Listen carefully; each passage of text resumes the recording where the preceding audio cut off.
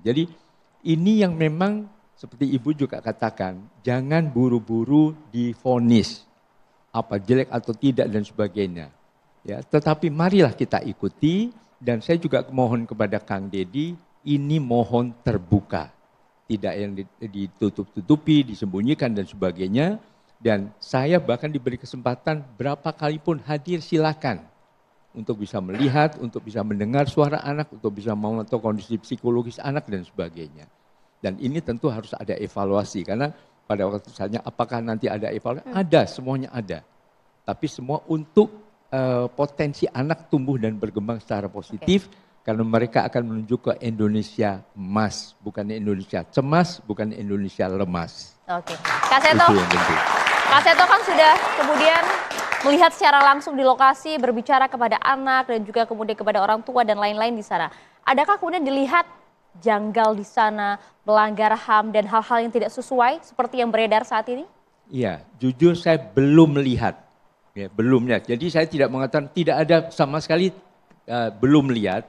Jadi saya melihat unsur positifnya, tetapi sekali lagi, ya besok masih harus ke beberapa kota, saya akan kembali ke sana lagi dan akan mantau. Bahkan kami dari unsur LPAI juga akan melibatkan teman-teman yang di Bandung juga untuk memantau, untuk bisa terbuka betul-betul melihat apa yang betul-betul dirasakan oleh anak.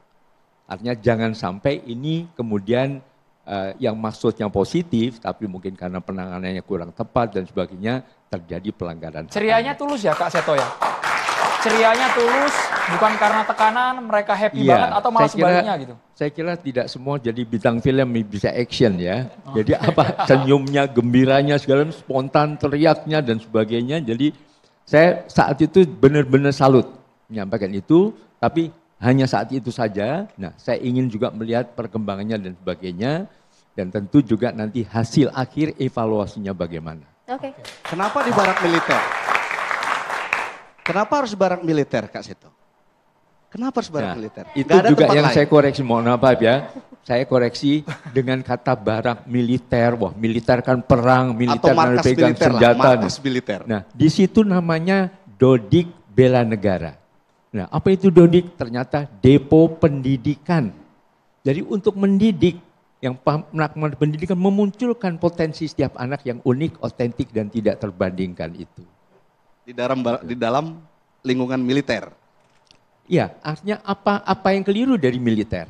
Kalau ada unsur disiplinnya, unsur sehatnya, unsur cerdasnya. Apakah ada tempat lain? Nah, makanya gini, pendidikan itu kan sesuai dengan Undang-Undang Sistem Pendidikan Nasional, bisa formal, bisa non formal, bisa informal. Nah, kalau formal tidak optimal, bisa dibawa ke non formal, bisa ke sanggar musik, sanggar tari, bisa ke Dodik Bela Negara, bisa kemana saja. Ini tapi salah satu alternatif saja. Tapi Kak Seto, di pasal 76H Undang-Undang Perlindungan Anak, itu melibatkan anak dalam militer, itu pidana, 5 tahun penjaranya. Iya, nah, kalau ini unsurnya dikhawatirkan, makanya saya bilang laporan ke Komnas HAM itu, dikhawatirkan terbuka peluang yang sangat luas terjadi pelanggaran HAM, memiliterisasikan pendidikan. Oke. Ini sebetulnya dijawab yang dulu. dijaga. Monggo, silakan Kak Seto. Iya, kalau itu tidak dipantau oleh unsur-unsur yang lain, kan di sana dinas pendidikannya ada dinas pendidikan, kemudian dinas sosial, dinas kesehatan, termasuk mencek kesehatan mental anak-anak, dan dinas pemberdayaan perempuan dan perlindungan anak. Jadi dinasnya itu ikut memantau. Baik, begitu. Kang Ono, sepaham masih on the track yang diterapkan oleh Gubernur Jawa Barat Deddy Mulyadi? Saya melihat ada sesuatu yang memang progresif ya. Boleh jadi revolusioner nih yang dilakukan oleh KDM. Ini kan sesuatu yang baru. Dan kalau ini berjalan maka ini akan merubah konstruksi peraturan perundang-undangan yang berkaitan dengan pendidikan, berkaitan dengan hak asasi manusia, berkaitan juga dengan perlindungan anak. Karena yang selama ini konstruksi peraturan perundang-undangan tidak ada bicara peserta didik yang berkebutuhan khusus masuk ke militer. Tidak ada. Jadi kalau ditanya Bu Sofia tadi apa terkait dengan solusinya, sebenarnya di Undang-Undang Sisdiknas itu telah mengatur ada namanya pendidikan khusus, di mana pendidikan khusus itu bisa formal, yang namanya SLB, SMA luar biasa, SMK luar biasa yang menjadi kewajiban seorang gubernur. Ya kan? Dan berkebutuhan khusus ini ada dua kriteria. Yang pertama yang negatif, berkebutuhan khusus yang negatif, disabilitas, yang terkena narkoba, ya, atau nakal itu saya baru tahu karena baca undang-undang ya, namanya tunalaras. Ya kan, tunalaras. Yang ibaratnya dia mempunyai kelemahan di emosi yang berkaitan dengan sosial. Maka sekolah khusus itu yang menjadi problem solving untuk mengatasi anak berkebutuhan khusus. Di situ kurikulumnya jelas diatur, tenaga pendidiknya jelas, ada tenaga pendidik formal, guru, ada yang non formalnya, ada dokter, ada psikolog. Kalau dibutuhkan, bisa saja tentaranya diundang, bisa saja polisinya diundang, bisa saja jaksanya diundang. Kalau terkait dengan kedisiplinan dan sadar hukum bagi para pelajar tersebut.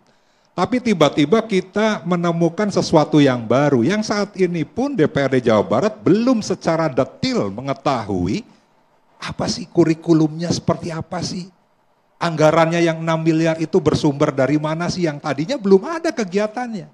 Dan saat ini kita belum membahas RPJMD, Rencana Pembangunan Jangka Menengah Daerah, yang merupakan penjabaran visi misi Gubernur Kang Deddy Mulyadi. Jadi kita ini belum membahas secara detail program-program beliau yang sesuai dengan peraturan perundang-undangan. DPRD dilibatkan ini Kang Ono, DPRD tidak, kebetulan sama tidak, dan tadi saya cek ke pimpinan Komisi 5 yang membinangi pendidikan, mungkin minggu ini mereka baru panggil Dinas Pendidikan, tapi saya sebenarnya sudah koordinasi, sudah komunikasi dengan Dinas Pendidikan H-3 sebelum program ini di launching. Saya tanya, bagaimana detailnya? PLT Dinas Pendidikan belum bisa memberikan secara gamblang, Pak masih kita rumuskan, ternyata 3 hari kemudian sudah launching. Kita juga terkaget-kaget kan gitu.